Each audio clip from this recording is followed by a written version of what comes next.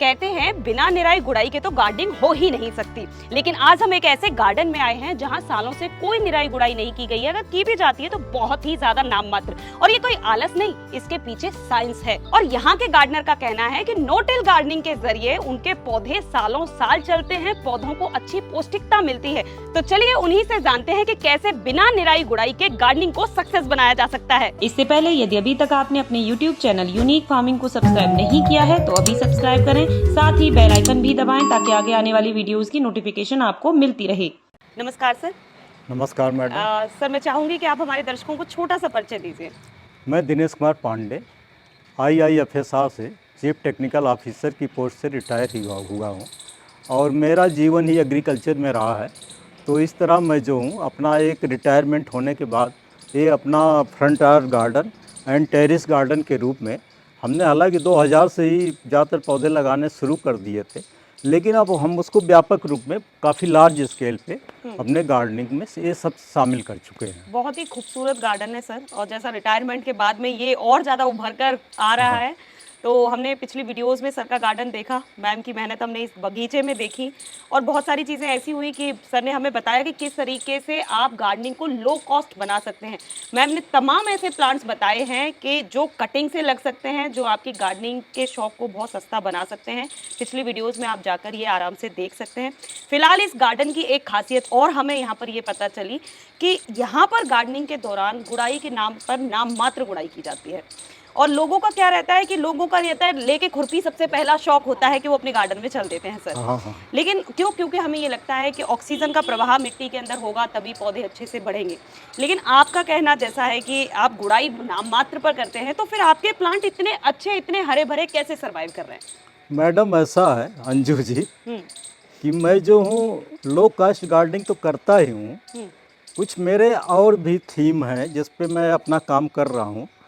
मेरा मानना ये है कि जब आप किसी पौधे को में निराई गुड़ाई करते हैं तो उससे क्या होता है कि इसमें जो कार्बन है मिट्टी का, वो गुड़ाई करने के उपरांत ऊपर आ जाते हैं। तो जब कार्बन ऊपर आएंगे और वायुमंडल में ऑक्सीजन है तो दोनों मिल के जो है कार्बन डाइऑक्साइड बना के उड़ जाते हैं। अच्छा। तो इस वजह से मेरा ये मानना है कि इसमें मिनिमम टीलेज करना चाहिए। ओके। कभी कभी हमें करना भी पड़ता है, जैसे आपका कहीं वाटर जो है पानी गमले में रुकने लगा तो उससे क्या है कि जड़ें सड़ने लगेगी, तो वहाँ हमारी मजबूरी बन जाती है कि उस गमले को हम रिपोर्ट करें और उसमें हम अच्छी तरह से ड्रेनेज वाली मिट्टी तैयार करके उस पौधे में लगाएं। दूसरा ये है कि जैसे हम इसमें मल्चिंग करते हैं। मल्चिंग इसलिए करते हैं कि इससे जो है हमारे मल्चिंग से एक तो पानी की कम मात्रा लगती है, मतलब वाष्पीकरण नहीं होगा। दूसरा क्या है कि जब मल्चिंग करते हैं तो इसके अंदर जो है सड़ के जो है ये पत्तियां वगैरह इसमें एक खाद का रूप, कार्बन के रूप में जमा होने लगती हैं। ठीक है। जिसको कार्बन गार्डनिंग भी आजकल एक नया टर्म दिया गया है, तो मैं उसको भी इसमें अपने गार्डन में शामिल किया हूँ। और उससे कार्बन गार्डनिंग से क्या होता है कि इसमें कार्बन का संचयन होगा, कार्बन की सीक्वेंसिंग होगी।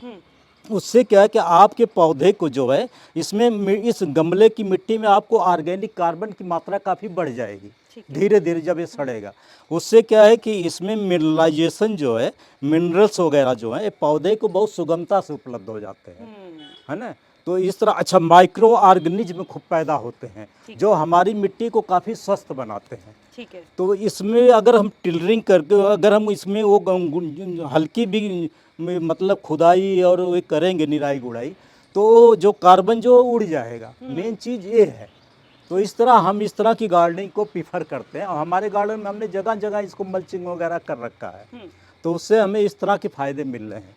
और इसमें हमें फर्टिलाइज़र का बहुत मिनिमम प्रयोग करना पड़ता है। अच्छा। अब मोस्टली हम केवल 2 फर्टिलाइजर्स का इसमें प्रयोग करते हैं। थोड़ा सा हम आधा चम्मच DAP और आधा चम्मच पोटास MOP, जिसको म्यूरेट ऑफ पोटास कहते हैं, DAP को डाई अमोनियम फास्फेट कहते हैं। इन दोनों खादों का हम देते हैं क्योंकि मेरा मानना है कि ऑर्गेनिक हो या इनऑर्गेनिक हो, पौधा जो है लेता किसके रूप में, नाइट्रोजन, फास्फोरस एंड पोटास रूप में। तो इसलिए इससे ज़्यादा फर्क नहीं पड़ता। हमें बचना किससे चाहिए, हमें इंसेक्टिसाइड, फंजीसाइड, हर्बिसाइड से बचना चाहिए। जो हमारे स्वास्थ्य को नुकसान पहुंचाते हैं। तो मुझे तो ऐसा लग रहा है जैसे मैंने आपको शुरुआत में बोला कि जो हर रोज खुरपी लेकर चल देते हैं कि 2-4 गमलों में गुड़ाई करनी ही करनी है, तो उन्हें तो स्किप कर देनी चाहिए। नहीं, गुड़ाई बहुत ज़्यादा महत्व इसमें नहीं रखता है। हाँ। गुड़ाई करने से आपके थोड़ा बहुत तो एरेशन होता है, लेकिन कोशिश करनी चाहिए संरक्षित गार्डनिंग करने की, या कंजर्वेशन जो गार्डनिंग है उसमें क्या होता है कि मिनिमम टिलेज करना होता है। ठीक है। मिनिमम टिलेज जितना ही आप करेंगे उतने ही आपकी लो कास्ट गार्डनिंग रहेगी और उतने ही आपके पौधे को मिनरल्स वगैरह अच्छी तरह उपलब्ध होंगे, मेरा ये मानना है। ठीक है, ठीक है। जैसे आपने मल्चिंग की है, यहाँ पर मैं देख रही हूँ सीधे आपने कुछ पत्तियां और यहाँ पर डाली हुई हैं। और क्या क्या चीज़ें आप मल्चिंग के तौर पर इस्तेमाल जो भी आपके गार्डन में जो भी चीज़ें उपलब्ध हों, जो भी निकलता है बायोमास के रूप में, इसके अवशेष जो हैं, पत्ते हैं, इसके छोटे तने हैं, फल है, फूल है, जो भी आपको मिले, जैसे हम केला या संतरा खाते हैं तो उसके छिलके में जाता इसी में डाल देता हूँ, मैं तो इसको काट के भी नहीं डालता। अच्छा, मुझे पता है कि किस पौधे में फंगस वगैरह लगता है तो उससे मैं थोड़ा अवॉइड करता हूँ, और जिस पौधे में जो थोड़ा टॉलरेंस कर लेते हैं फंगस वगैरह को तो मैं उस गमले में डाल देता हूँ। जब वो सड़ जाते हैं तो दूसरे गमले में भी निकाल के उसको डाल देता हूँ, या कहीं मैं और स्टोर करके इनको सड़ा के डाल देता हूँ। ठीक है। तो इस तरह मैं करता रहता हूँ, थोड़ा अपना नए नए प्रयोग भी करता रहता हूँ। ठीक है सर, ये बहुत अच्छी जानकारी आपने हमें यहाँ दी है। तो अब मैं यहाँ ये जानना चाहती हूँ कि कुछ ऐसे प्लांट्स या आपके गार्डन के कुछ ऐसे हिस्से हमें दिखाइए जहाँ आपने गुड़ाई कभी की ही नहीं है या बहुत ही कम की है। आइए मैडम, मैं आपको दिखाता हूँ। ये मैंने कुछ बोनसाई बना रखे हैं पीपल के, ये आप देखिएगा, ये है हमारे बरगद के। इसको मेरे 7-8 साल हो गए हैं, इसको मैंने रिपोर्ट किए हुए। इसमें मैं कुछ भी नहीं करता, न खुरपी भी नहीं निकालता, केवल इसमें आधा चम्मच साल भर में 2 बार डालता हूँ, और MOP भी डालता हूँ। इसके अलावा कभी कभी मैं थोड़ा वर्मी कंपोस्ट वगैरह इसमें डाल देता हूँ, इसके अलावा मैं कुछ नहीं करता। और ये इस तरह मेरे जो है पौधे देखिए काफ़ी अच्छे चल रहे हैं।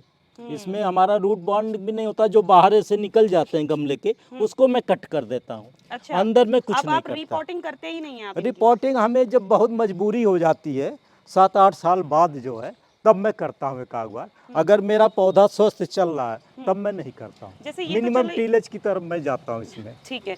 तो जैसे ये तो बोनसाई की बात हो गई, बहुत सारे फ्रूट प्लांट्स आपके पास लगे हुए हैं, तो आपको क्या उन प्लांट्स की भी रिपोर्टिंग करने की ज़रूरत नहीं पड़ती है? मैडम ऐसा है कि जैसे गार्डनर जो है ज़्यादातर नए ही होते हैं, या जो गार्डनिंग कर रहे हैं उन्हें ज़्यादा आइडिया भी नहीं होता है, तो ज़्यादातर जो नर्सरी वाले हैं या गार्डनर है वो आपको भ्रम में डाल देते हैं। वो यही कहते हैं कि साल में 1-2 बार आपको रिपोर्टिंग करनी चाहिए, तो उसके लिए ऐसे मिट्टी बनाइए, वैसे करते। तो गार्डनर क्या करता है, उस चीज़ को अपने गार्डन में अपनाता है। बिल्कुल। वो लाएगा, मिट्टी बनाएगा, सभी मिट्टी के गमले जो एक जगह पलट देगा, फिर उसको बढ़िया से बना के फिर वो रिपोर्ट करता है। उसमें क्या कर होता है कि उसकी 1/3 पौधे ज़्यादातर मर जाते हैं, या उसको झटका लग जाता है एक बार पौधे को। तो जब उसके कुछ पौधे मर जाएंगे या उसको झटका लग जाता है तो क्या है, या तो गार्डनिंग छोड़ देगा, या समझेगा ये गार्डनिंग बहुत कास्टली है। तो इसलिए भी मैं अपने गमले में कोशिश करता हूँ कि मैं मिट्टी न बदलना पड़े मुझे। मैं बदलता भी हूँ तो 4-5 साल बाद या 8-10 साल बाद। जैसे मैं अपने फल वृक्षों को अभी शामिल किया हूँ, जैसे ये मेरा 2 साल का पौधा है, इसमें मैंने अभी तक कुछ नहीं किया है। अच्छा। इसमें केवल मैं अपना मल्चिंग से थोड़ा DAP एंड MOP डाल करके, और इस तरह मैं इस पौधे को जो है अपना सरवाइव करा रहा हूँ। देखिए काफ़ी अच्छी इसकी ग्रोथ है, इसके फल के साइज भी देखिए काफ़ी अच्छे आ रहे हैं, क्योंकि इसमें जो है वर्मी कंपोस्ट या गोबर की सड़ी हुई खाद या DAP एंड पोटाश से इसको ज़्यादातर तत्व मिल जाते हैं। सारी पौष्टिकता उसे मिल रही है। हाँ, तो इसलिए फल की साइज भी देखिए काफ़ी अच्छा चल रहा है, पौधा भी काफ़ी अच्छा ग्रो कर रहा है। अच्छा, हमें जो है ज़्यादातर बोनसाई के रूप में ही रखना है, हमें इसको बहुत ज़्यादा बड़ा नहीं लेना है। ठीक है। क्योंकि हम इसको टेरिस उस पर छत पे कर रहे हैं, अपने टेरिस गार्डनिंग के रूप में कर रहे हैं, तो हम इसको छत का वेट भी नहीं बढ़ाना चाहते। ये तो सर बहुत ही बेहतरीन बात आपने यहाँ पर बताई। बहुत सारी चीज़ें इस वीडियो के अंदर जहाँ हम सिर्फ नो टिल गार्डनिंग के बारे में सोच रहे थे, लेकिन यहाँ पर सर ने कार्बन गार्डनिंग एक अच्छा ऑप्शन हमें दिया है। इसकी वजह से गमले भी भारी नहीं होते हैं, मिट्टी बहुत अच्छी, मिट्टी की पौष्टिकता बनी रहती है। तो मुझे लगता है कि गार्डनिंग, लो कॉस्ट गार्डनिंग के बारे में सर ने जितनी अच्छी बातें बताई थी, उसी तरीके से गार्डनिंग को और कितना आसान किया जा सकता है उस चीज़ के बारे में भी यहाँ पर सर ने बहुत अच्छे से समझाया है। फिर भी कोई क्वेरी आपकी होती है तो आप हमें कमेंट बॉक्स में पूछ सकते हैं। वीडियो पसंद आई है तो वीडियो को लाइक एंड शेयर करना ना भूलें और चैनल को सब्सक्राइब करें। धन्यवाद। धन्यवाद मैडम।